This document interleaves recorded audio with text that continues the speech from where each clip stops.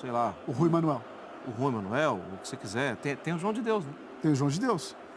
Fala, eu quero saber tudo do CSA. Ele tem tudo de CSA no próximo jogo. Quero saber tudo dos jogadores dele. Ele tem tudo dos jogadores dele.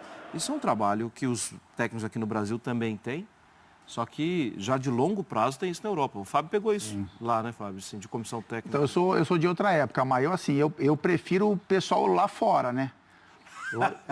Eu prefiro assim, cada um na sua função, lá dentro vendo, o cara que está vendo os jogos fica lá na televisão, lá no vídeo. Sim. Eu não gosto de muita gente contaminando o ambiente. Quando assim, eu vejo uns jogadores, é minha opinião, né? Você vê 20 e poucos jogadores. Não se intimide não, cara. Não se intimide não. Fala aí sua opinião. Ele fica fazendo essas caras aí, manda bala, Fábio. Não, eu acho assim, funciona. Eu vou assinar embaixo, tá? A gente está acompanhando isso, mas eu acho que para o atleta, assim, para você criar uma relação realmente ali, o treinador, o auxiliar ali com o time, eu acho que quanto menos gente, melhor, assim, no dia a dia de trabalho. Então, assim, o que me incomoda é, assim, ter 25 jogadores ali para escutar um treinador falar e ter 20 da comissão junto com ele. Porque eu acho que é muita informação e essas informações têm que ficar dentro de uma sala, como era antes. Antes, por exemplo, eu trabalhei, por exemplo, na Turquia, era o treinador, o preparador físico que vivia em contato com a gente. Agora, tinha um staff muito grande? Tinha. Da porta do campo ali do treinamento para dentro, entendeu? Então, ele pegava as informações com essas pessoas e trazia para a gente no campo, na área de trabalho. Mas é assim, é uma opinião que eu tenho. Eu acho que essa relação ela fica muito mais intensa se você tiver o treinador a figura principal. O que a gente percebe agora é que o treinador, e muitas vezes, ele não é a figura principal. Ele tem que escutar muitas informações, muita gente falando para tomar a decisão dele e, às vezes, as decisões não são as mais corretas, enfim. Os jogadores são pouco escutados e tem muita gente fora que talvez tenha mais voz do que os atletas. Mas eu acho que é importante ter uma comissão competente, pessoas em cada setor, né? Fisiologista, que agora tem muito, na minha época não tinha, mas é departamento médico, o pessoal que analisa os jogos, enfim, mas que fiquem da porta do campo para fora. Dentro do campo de trabalho, treinador, preparador físico, auxiliar e médico, eu acho que é o principal e é o que é necessário para que você tenha um trabalho uma sintonia de trabalho. Agora sim, é a minha opinião, né? Eu imagino que pai de jogador, o Fábio não ia aceitar no vestiário. Ah, de jeito nenhum. Jamais. De jeito nenhum. Várias coisas, né? Não precisa nem ser pai, o agente do jogador esquece. Se for o mesmo, então. Eu vivi um pouco, né, como técnico e eu sempre aplicava assim, o que eu não gostava quando era jogador e que acontecia, né, muito em vestiário, em alguns clubes que eu passei, eu tentava não usar. Porque vestiário, primeiro que não vai caber. No Maracanã, beleza, cabe aquele 25 jogadores e mais 20. Não é Maracanã. É isso. Mas tem estádio que não cabe. Não cabe. E você não consegue levar. Hoje está muito na moda a análise de desempenho, né, que chama. Tem um monte, né, análise de desempenho. Mas análise de desempenho, é um espaço que foi até discutido um tempo atrás aí, que está aberto. Porque análise de desempenho, quem tem que fazer são ex-atletas. Ex-atletas. O cara tem que estudar a tecnologia, estudar e ele, porque ele tem a função tática, né, Fábio? Ele tem o conhecimento de campo, de como funciona. Não é só você puxar a imagem, essa imagem é melhor. Ela é melhor, mas para quê? Né? Qual a finalidade Isso realmente vai impactar dentro de campo. Isso quem porque assim, faz... o analista de desempenho que você está colocando, se ele não é um cara de jogo, ele tem que fazer simplesmente o retrato das imagens de que ele captou, que o treinador tem interesse. Eu acho que tem muita opinião em cima disso. Então, assim, na minha época, eu já participei de reuniões com treinadores, com analistas, só que assim, era assim, a minha leitura é assim, o treinador chegar e falar, filho, aperta o botão play, aí agora, pause. E o cara só serve para apertar o play e o pause. Ele não está ali para dar a opinião dele. Eu acho que o time deles, porque ele não jogou. E por mais que ele tenha conhecimento, quem manda, isso que eu falo, quem manda é o treinador, entendeu? Eu acho que agora fica muita opinião e aí acaba bagunçando um pouco o trabalho, né?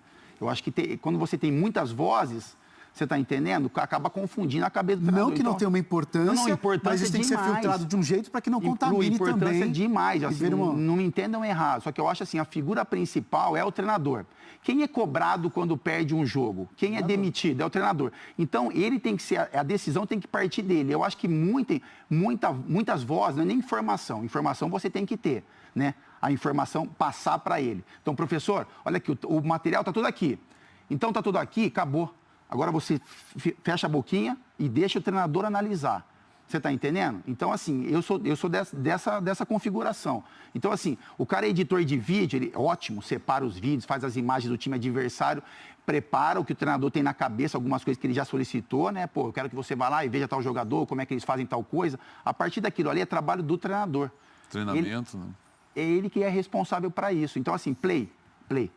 Vê as imagens. Agora para um pouco, volta, o cara volta. A reflexão é dele, né? É isso daí, a decisão é dele. Mas é lógico que agora as coisas estão mais inchadas, todo mundo quer ter uma participação, porque os caras ganham bem também, né? Cada vez essas pessoas são mais requisitadas, os salários são maiores, eu não vou me meter nisso, só que aí você tem que mostrar trabalho, né? E aí eu acho que acaba muita água, acaba matando a planta. Entendeu? Essa foi boa. É isso aí. E eu torço para que o Jesus, agora com relação ao Flamengo, que ele se adapte rápido ao que ele tem pela frente. Então, assim, é bacana ele falar, pô, o Flamengo, eu vim aqui pela paixão, porque o Flamengo é gigante, é o maior clube do mundo, você está entendendo? Enfim, é legal para isso aí, só que você tem que se ambientar no trabalho, porque vai ser cobrado. Entendeu? Ele tem que ter na cabeça dele que o história, eu fui o maior vencedor do Benfica, muito legal o currículo, como a gente também tem vários treinadores no Brasil, o Filipão, enfim, que foram campeões de uma pancada de coisa também, são reconhecidos por isso. Mas o que vai mostrar é o dia a dia de trabalho. Então, que ele se adapte o mais rápido possível, entenda o nosso calendário, entenda a dinâmica do nosso jogo, que é diferente de qualquer lugar do mundo e que ele tenha sucesso, né? Porque o torcedor do Flamengo merece. É isso, né? É porque é a situação diferente, realmente. É bem peculiar jogar no Brasil, os clubes brasileiros são bem peculiares. O Marcos Braz, que é o vice-presidente do futebol do Flamengo, confirmou mais um reforço para o time. Ontem, finalzinho do dia, o torcedor flamenguista estava comemorando. Que reforço é esse? Vamos conferir. Vou passar direto porque o Léo André pediu, pelo amor de Deus, para não parar. O Rafinha está contratado, tá? 2 anos de contrato. Chega quando? Passou. Aí, ó, foi curto e seco, tá contratado, 2 anos de contrato, tá aí, ó, Rafinha. Aí a gente entra na discussão de Rafinha, vindo do futebol europeu, não só adaptação, mas aí eu acho válido a parada da Copa América. Pro Rafinha, é ótima a parada da Copa América, eu não sei quando é que ele começa a trabalhar, mas se ele conseguir começar a trabalhar já em breve, é ótima a parada da Copa América, porque vai dar para sentir esquema tático diferente e tudo mais, por mais que o Jorge Jesus seja europeu. Quais seriam os grandes desafios para o Rafinha dentro desse esquema tático, e não só do esquema tático, mas, a gente não sabe ainda qual é o esquema tático que o Jorge Jesus vai aplicar, mas dentro do futebol brasileiro. Fábio, qual que é a diferença? É tão grande assim? Eu adoro o Rafinha, cara, além de profissional, vencedor demais. E, pô, o cara gente boa, um cara que tem liderança de grupo, que sabe se posicionar, sabe qual é o maior desafio dele? É jogar, assim, parece, né, cumprir a lateral direita do Flamengo como o torcedor deseja. Porque às vezes o torcedor está fazendo uma imagem dele, ele já tem uma idade, ele na Europa, ele fazia uma função também fazer o setor defensivo, de recompor ali, porque na Europa é assim, né? Você não pode dar espaço, você não avança a todo momento, você tem a hora certa de sair, e ele fazia muito bem isso no Bayern. Só que o Flamengo é acostumado com laterais de um outro perfil, né? Então, assim, o lateral no Flamengo, se o cara pega uma bola e o lateral não está aberto lá para receber e chegar no fundo, ele é cobrado por isso. Então, que a torcida do Flamengo entenda o Rafinha, nesse momento, a experiência dele, quanto vai ser importante, e que o Rafinha também se adapte, né? Porque não é fácil. O Flamengo, historicamente, o Flamengo tem laterais ali de muita força, cara que chega na linha de fundo toda hora. O Maracanã, ele cobra muito isso dos laterais, seja direito ou esquerdo. O torcedor do Flamengo quer que esses caras avancem, quer que esses caras enfrentem o lateral adversário, que tenha a bola cruzada toda hora.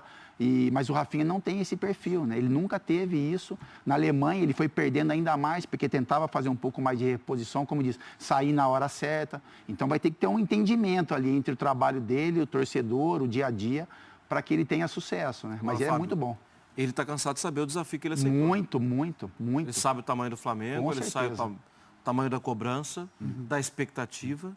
Eu vi uma entrevista do Coentrão esses dias, acho que foi o Coentrão que falou assim, não sei se foi ele ou o empresário, falou assim, pô, ele até estava pensando em ir pro Flamengo, porque está precisando um pouco de sossego na vida dele. Não sabe Então, nada o que de o cara Flamengo, não então. vai achar é sossego. Seja o Coentrão, o Rafinha, o Felipe Luiz, que parece que está com o nome sendo ventilado. O que o cara não vai encontrar é sossego. Se ele quiser sossego, ele fica ficava no Bayern, o Coentrão ficava no time dele da Europa, enfim, o Felipe Luiz fica lá no Atlético. Porque se o cara quer sossego, ele não venha para o Flamengo. Ainda mais em algumas posições que são muito cobradas. Mas eu tenho certeza que o Rafinha vai conseguir se adaptar e merece isso porque é um vencedor, né? A gente teve algumas posições, aproveitando falar de posição específica, sei lá, no gol, chegou o Diego Alves, tá, agora a gente não fala mais do gol. Mas lateral Nossa. é um negócio que a gente fala e fala muito, né? E o torcedor cobra bastante. E aí ele chega justamente para ser esse homem. Então a expectativa em cima dele... Gigantesca. Gigantesca, né? E aí tem esse tempo da Copa América que é para auxiliá-lo nessa reformatação para chegar no futebol brasileiro. Jorge Jesus conhece muito bem o nome, mas o nome já era ventilado muito antes da gente ventilar Desde o o início nome do de ano, Jorge né? Jesus.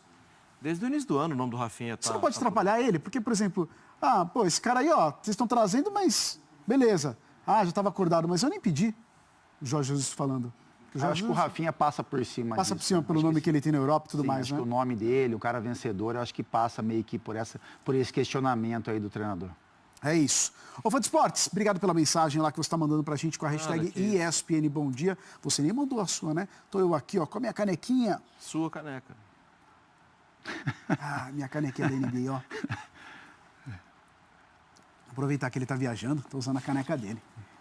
Depois ele mandou uma mensagem aqui, que você tá usando minha caneca da NBA? Você é meu xodó. Tô usando mesmo. Não vai saber mesmo? Se souber.